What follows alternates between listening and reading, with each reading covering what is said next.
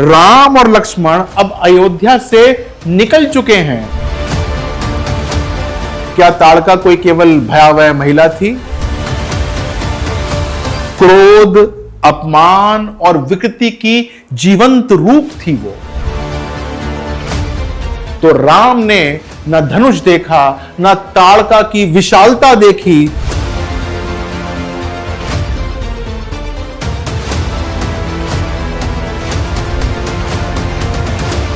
एक स्त्री का वध धर्म के लिए किया गया।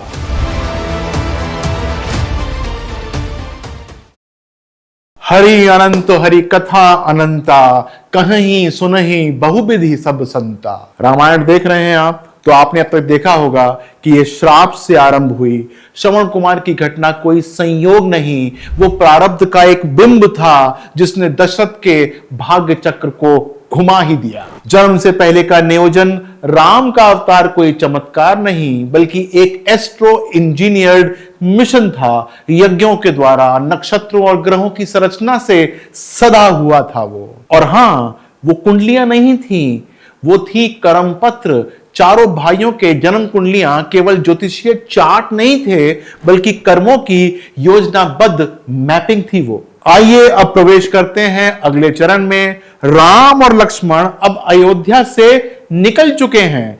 विश्वामित्र उन्हें लिए जा रहे हैं उन जंगलों में जहां कोई राज्य नहीं था, पर हर कदम पर भय ही भय था। ऋषियों के यज्ञ बाधित हो रहे थे क्योंकि वहां राज करती थी एक राक्षसी ताड़का।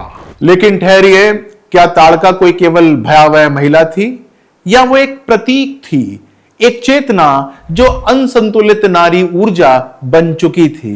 क्रोध, अपमान और विकृति की जीवंत रूप थी वो। विश्वामित्र बोले, राम, ये तुम्हारी पहली परीक्षा है। तो राम ने न धनुष देखा, न ताड़का की विशालता देखी, केवल धर्म को देखा। अब आइए इसे ज्योतिष में समझते हैं। ताड़का उस राक्षसी चंद्र रानी का प्रतीक है जो किसी स्त्री की कुंडली में जब चंद्रमा मंगल या राहु से आक्रांत हो जाता है तो वो नारी ऊर्जा शक्ति से विनाश की ओर मुड़ जाती है। समझे इस बात को, जब चंद्रमा कमजोर होता है और मंगल जैसे ग्रह उसे उग्र बनाने की कोशिश करते हैं तो एक शांत कोमल चेतना एक युद्ध भूमि में बदल जाती है जिसका नाश करना ही पड़ता है। और इसीलिए राम ने ताड़का को चेतावनी दी, तुम यज्ञों में विघ्न डालती हो, तुम्हें अब मार्ग से हटना होगा। ताड़का हंसी, बोली, तुम मुझसे लड़ोगे राम? तो राम ने कहा, मैं तुमसे नहीं, उस ऊर्जा से लड़ रहा हूं जो अनियंत्रित है और अधर्म बन चुकी है। एक बाण चलाया गया और इतिहास में पहली बार एक स्त्री का वध धर्म के लिए किया गया। लेकिन क्यों? क्योंकि धर्म सिर्फ लिंग नहीं देखता, धर्म चेतना का संतुलन देखता है। और यहां धर्म को संतुलित करने वाला ग्रह शनि ताड़का की कुंडली में प्रबल होकर भी विनाश का कारण बन रहा था। तो इसीलिए मैं कहता हूं, शनि की दशा में जब आपके जीवन में कोई ताड़का आए तो समझिए कर्म के जंगल में आप प्रवेश कर चुके हैं। ताड़का वध के बाद तीनों पहुंचते हैं सिद्ध आश्रम जहां ऋषि यज्ञ करते थे। लेकिन राक्षस जो कि मारीच, सुबाहु जैसे थे, वो हर यज्ञ को तोड़ने आते थे। विश्वामित्र ने राम से कहा, अब इनसे युद्ध करो। राम ने धनुष उठाया पर बिना अहंकार के। उन्होंने बाण चलाए पर केवल धर्म की रक्षा हेतु चलाए। आपको पता है ये मारीच और सुबाहु कौन है? आइए मैं आपको एक्सप्लेन करता हूं। अच्छा, मारीच और सुबाहु से ये सिर्फ युद्ध नहीं थे, ये थे आपके भीतर के वे विचार जो आपको कुछ धार्मिक करने से रोकते हैं। जब कुछ आप पॉजिटिव करते हो तब उसको रोकने की कोशिश करते हैं, उसमें आकर विघ्न डालते हैं। मारीच और सुबाहु को मनोविकार कहा जाता है जो कि ध्यान में, तप में, योग में आ जाते हैं। कैसे? कभी गुस्से बन के आते हैं और कभी बन के आते हैं आलस्य, बाधा बनते हैं।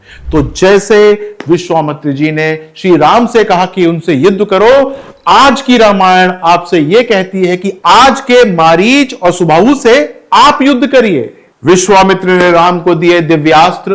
कौन कौन से दिए? ब्रह्मास्त्र, वाक्यवव, वरुण, नागपाश।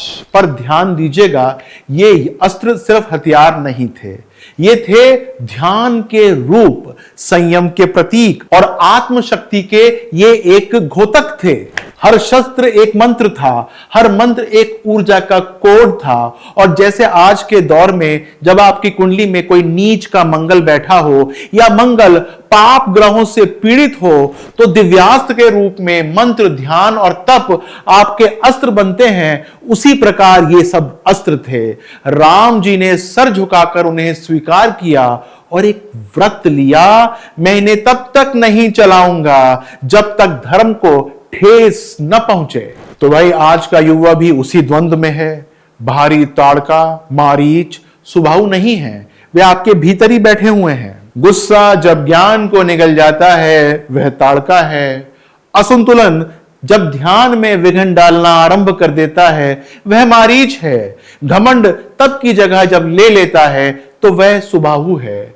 ज्योतिष बताता है कि जब चंद्रमा, मंगल, राहु, शनि जैसे ग्रह आपकी चेतना से असंतुलन पैदा करना आरंभ कर देते हैं तो अंदर के राक्षस जगना आरंभ हो जाते हैं।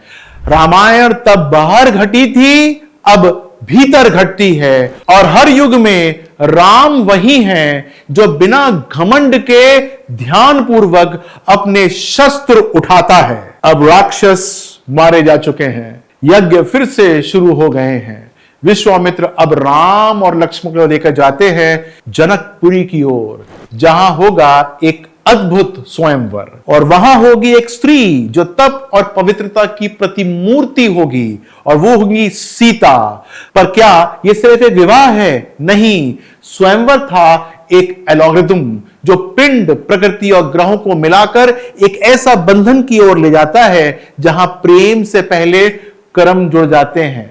अगले एपिसोड में मैं आपको दिखाऊंगा सीता स्वयंवर, विवाह और अहंकार का ज्योतिषीय समीकरण। अपना ध्यान रखिएगा। नमस्कार।